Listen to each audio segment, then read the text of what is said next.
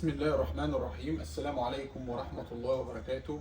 السادة متابعي قناة مول القدس على اليوتيوب، أهلا ومرحبا بكم. كل الناس اللي بتسألنا على الأركو بايركس، احنا النهاردة بإذن الله جايين نشرح لحضرتك طقم الأركو بايركس بالتفصيل. الأركو بايركس تكوينه مختلف، وطبعا في شركات منه كتير، ولكن احنا حضرتك هنشرح لك طقم الأركو بايركس المونارك الإماراتي. إن شاء الله بإذن الله هنفتح الكرتونة على اللايف ونوريكم تكوين طقم الأركو بايركس، وهنوريكم ازاي تعرفي الطقم الاركو بايركس بتاعك.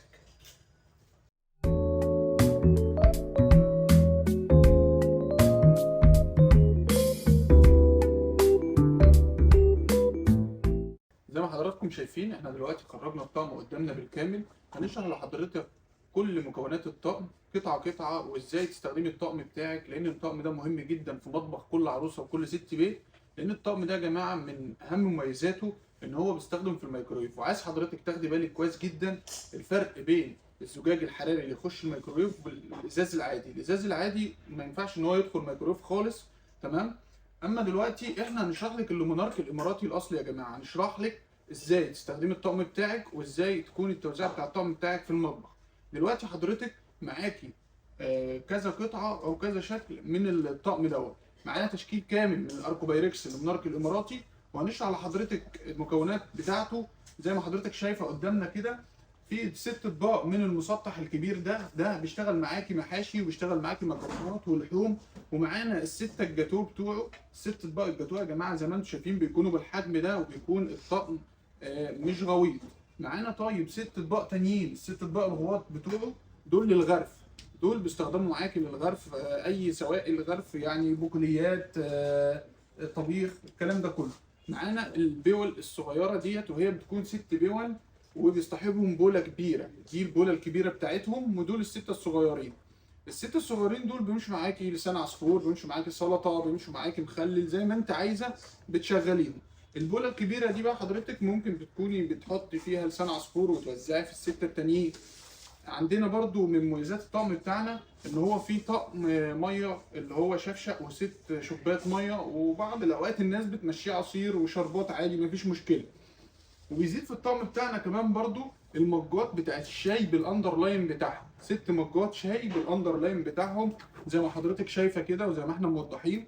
طيب عندنا بقى سرفيس كبير زي ما حضرتك شايفه كده، ده بيكون سرفيس واحد في الطقم. وطبعا تكوين الطقم بتاعنا بيختلف، في اركو بايركس 46 وفي 50 وفي 58. التكوين مختلف مش كله زي بعض. طبعا ال 58 بيكون معاه فناجيل قهوه بالاندرلاين بتاعها برضو، تمام.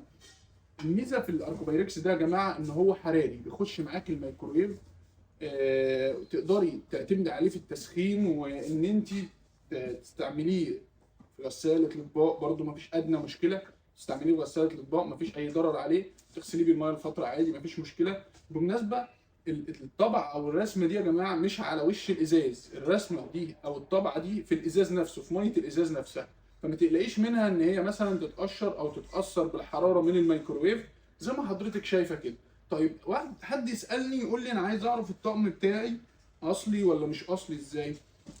هقول لحضرتك دايما شركه لومونارك بتختم الطقم بتاعها، الختم بيكون جوه المنتج نفسه. يعني هتلاقي في الطقم كده هتلاقي مكتوب كلمه لومونارك، حاجه صغيره قوي كده. كلمه لومونارك اهي يا جماعه، لو اللي مش شايف معانا كلمه لومونارك اهي، دي بتكون مكتوبه في قلب الازاز نفسه او في ميه الازاز نفسه. هتلاقي كلمه لومونارك كده، الدقائق في الطبق او الدقائق في اي قطعه من الطقم بتاعك هتلاقي كلمه لومونارك مكتوبه. اعرفوا ان الطقم بتاعك ده طقم كويس وطقم محترم، وان ده اللومونارك الاصلي. من مميزات الطقم بتاعنا كمان ان هو ما بيتاثرش باي درجات حراره عاليه. يعني ايه؟